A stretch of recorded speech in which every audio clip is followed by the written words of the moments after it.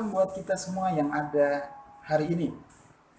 Pak Bastian sangat percaya kita semua disertai dan diberkati oleh Tuhan. Tentunya kalian semua sehat di rumah. Pak Bastian berharap kita tetap tinggal di rumah, belajar di rumah, sambil menjaga kesehatan sesuai dengan protokol kesehatan. Dan Pak Bastian yakin kita semua akan terhindar dari virus COVID-19.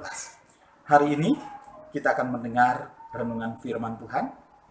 Ayat Alkitab yang kita baca hari ini di dalam Amsal pasal 25, ayatnya yang ke-18 sampai ayatnya yang ke-28. Demikian firman Tuhan. Orang yang bersaksi dusta terhadap sesamanya adalah seperti gada atau pedang, atau panah yang tajam. Kepercayaan kepada pengkhianat di masa kesesakan adalah seperti gigi yang rapuh dan kaki yang goyah. Orang yang menyanyikan nyanyian untuk hati yang sedih adalah seperti orang yang menanggalkan baju di musim dingin dan seperti cuka pada luka. Jikalau seterumu lapar, berilah dia makan roti, dan jikalau ia dahaga, berilah dia minum air. Karena engkau akan menimbun bara api di atas kepalanya, dan Tuhan akan membalas itu kepadamu. Angin utara membawa hujan, bicara secara rahasia muka marah. Lebih baik tinggal pada sudut soto rumah daripada diam serumah dengan perempuan yang suka bertengkar. Seperti air sejuk bagi jiwa yang dahaga, demikianlah kabar baik dari negeri yang jauh. Seperti mata air yang keruh dan sumber yang kotor, demikianlah orang benar yang khawatir di hadapan orang fasik. Tidaklah baik makan banyak madu, sebab itu biarlah jarang kata-kata pujianmu.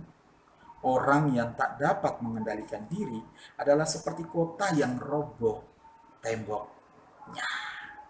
Hari ini inti daripada renungan kita terdapat di dalam ayat 28 yang dikatakan orang yang tak dapat mengendalikan diri adalah seperti kota yang roboh temboknya.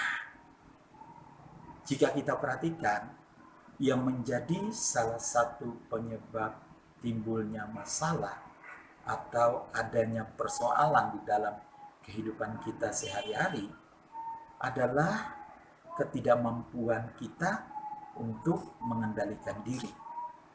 Karena tak bisa mengendalikan diri, maka seringkali amarah kita meledak-ledak. Akhirnya memicu terjadinya perselisihan, adanya pertengkaran, bahkan berbagai tindakan kejahatan. Ada contoh di dalam Alkitab, yaitu Kain yang tega membunuh adiknya sendiri, Habel. Padahal Tuhan sudah menegur Kain agar tidak panas hati. Tapi Kain tak mampu mengendalikan dirinya, sehingga terjadilah tindakan kejahatan pembunuhan yang tercatat pertama kali di dunia. Tadi ayat 28 menyatakan bahwa orang yang tak dapat mengendalikan diri itu digambarkan seperti kota yang sudah roboh temboknya. Pengendalian diri itu seperti tembok perlindungan. Pada zaman dahulu, setiap kerajaan atau kota-kota pasti memiliki tembok yang besar, yang dibangun tinggi, dan yang kokoh. Tembok tersebut berfungsi sebagai pagar dan juga perlindungan bagi kota-kota dan penduduknya, supaya mereka terluput dari serangan musuh. Di situasi aman dan nyaman, mungkin orang dapat mengendalikan dirinya dengan baik.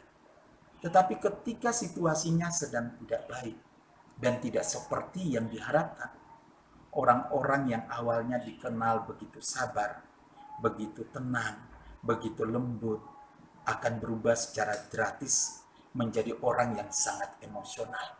Amarahnya meledak-ledak. Oleh sebab itu, Tuhan memperingatkan murid-muridnya saat mereka berdoa di Taman Getsemani. Tuhan berkata, berjaga-jagalah dan berdoalah, supaya kamu jangan jatuh ke dalam pencobaan. Karena roh memang penurut, tetapi daging lemah.